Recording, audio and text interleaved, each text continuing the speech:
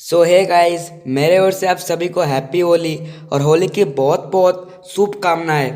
तो गाइस, आज की video fees structure, hostel subsidy, scholarship और डॉक्यूमेंट्स क्या क्या चाहिए होते हैं उसके ऊपर मैं आपको बताऊंगा इस वीडियो में।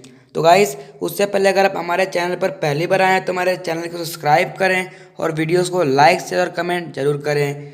दोस्तों, बता दूं कि मैं भी एक सैनिक स्कूल का ही कैडेट हूँ, कैडेट अभिषेक कुमार यादव। तो आप वीडियो को बिल्कुल ध्यान से देखिएगा। तो स्टार्ट करते हैं अपने वीडियो को। तो गाइस, सैनिक स्कूल फीस स्ट्रक्चर के ऊपर मैं आपको बताऊंगा। तो इसमें general, defence, SC ST category के लोग आते हैं। तो हमारा पहले पे आता है ट्यूशन फीस।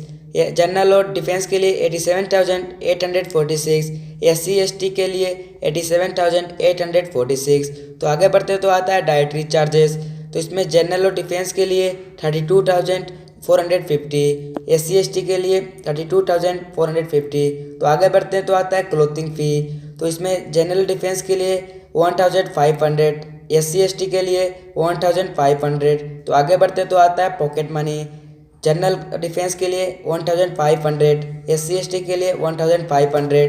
तो आगे बढ़ते तो आता है हमारा इंसिडेंटल चार्जेस। तो इसमें जनरल डिफेंस के लिए 13,000 और ST ST के लिए 13,000। तो आगे बढ़ते तो आता है हमारा कॉजन मनी। तो इसमें जनरल डिफेंस के लिए 3,000 और SC ST के लिए 1,500। तो इसमें टोटल आता है फीस जो होती है वो है डिफेंस और जनरल के लिए 1,39,296 और ST ST के लिए 1,37,796।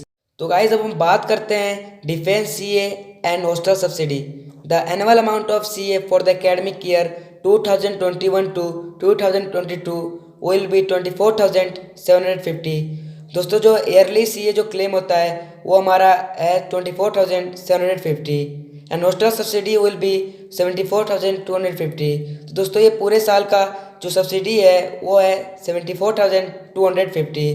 दोस्तों, अब हम बात करते हैं सैनिक स्कूल स्कॉलरशिप। तो जनरल के लिए होता है 40,000, SC के लिए होता है 32,000, ST के लिए होता है 16,000। दोस्तों, अब हम बात करते हैं ऑल डॉक्यूमेंट्स रिक्वायर्ड इन सैनिक स्कूल, यानी सैनिक स्कूल में क्या क्या डॉक्यूमेंट्स चाहिए होते हैं वो आपको मैं बताऊंगा। तुम्हारा पहले पे आता है caste certificate photocopy who belongs to SC ST reserve category. जो लोग SC ST कैटेगरी के हैं उनके लिए कास्ट सर्टिफिकेट का एक फ़ोटोकॉपी चाहिए होता है। तो आगे बढ़ते हैं तो आता है हमारा date of birth certificate attach photocopy. जो डेट ऑफ बर्थ की जो फोटोकॉपी जो होती है वो चाहिए होती है। तो आगे बढ़ते तो आता है हमारा permanent residential domicile certificate from state government.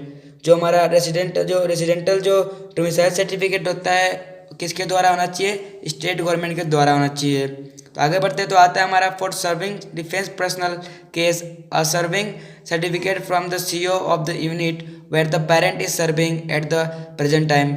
जो जो पेरेंट्स जो डिफेंस में हैं और जो सर्विस कर रहे हैं तो वहाँ का मतलब जो CO होता है, CO का साइन चाहिए होता है उस पर, और वहाँ से आपको एक सर्विस सर्टिफिकेट बन के मिलेगा। तो वो आपको चाहिए होता है। तो आगे बढ़ते हैं तो आता है हमारा ex serviceman case discharge certificate copy duty attached by any gazetted officer and PPO for ex serviceman. जो लोग दोस्तों जो मतलब एक्स सर्विस जो मैन मतलब रिटायर्ड हो चुके हैं तो उनका एक डिस्चार्ज सर्टिफिकेट बनता है और कॉपी जो होता है किसके द्वारा होता है? गेजेटेड ऑफिसर के द्वारा। तो आगे बढ़ते तो आता है हमारा transfer certificate issue bye previous school. जो आपका TC जो होता है आपका प्रीवियस स्कूल से मिलेगा आपको।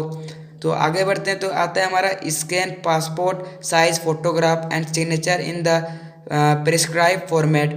तो आपका एक पासपोर्ट साइज होगा और आपको उस पर साइन करना है। तो आगे बढ़ते हैं तो आता है हमारा birth certificate for the proof of date.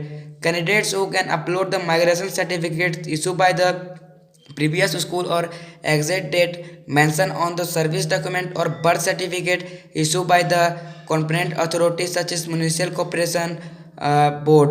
दोस्तों, बता दो कि आपका जो बर्थ सर्टिफिकेट है वो एक डिजिटल होना चाहिए और ये जो CA हो गया म्यूनिसिपल कमेटी कॉर्पोरेशन हो गया इसके द्वारा मतलब ये होना चाहिए इशू वाइज। आगे बढ़ते हैं तो आता है हमारा applicants left hand thumb impression. जो आपका जो लेफ्ट हैंड थंब है उसका JPG फॉर्मेट आपको होना चाहिए। तो आगे बढ़ते तो आता है हमारा caste certificate issue by the state government. जो आपका कास्ट सर्टिफिकेट जो है आपका स्टेट गवर्नमेंट के द्वारा जारी होना चाहिए। तो आगे बढ़ते तो आता है हमारा income certificate issue by the central government. जो आपका इनकम सर्टिफिकेट जो होता है वो सेंट्रल गवर्नमेंट के द्वारा इश्यू होना चाहिए। तो आगे बढ़ते तो हमारा आता है आधार कार्ड ऑफ कैंडिडेट फोटोकॉपी। तो जो कैंडिडेट है उसका आधार कार्ड का कॉपी होना चाहिए। तो आगे बढ़ते तो आता है हमारा character certificate issue bye previous school और ग्राम प्रधान। जो आपका चरित्र प्रमाण पत्र जिसको हम हिंदी में बोलता है वो आपका ग्राम प्रधान से या स्कूल से आपको सर्टिफिकेट वो इशू होना चाहिए। तो आगे बढ़ते तो आता है हमारा मेडिकल सर्टिफिकेट। तो medical certificate issue bye CMO of district hospital. तो मेडिकल सर्टिफिकेट जो है सीएमओ के डिस्ट्रिक्ट हॉस्पिटल से आपको इशू होना चाहिए। तो गाइस वीडियो कैसी लगी कमेंट करके बता देना। तो मिलते हैं नेक्स्ट वीडियो में, तब तक के लिए बाय बाय।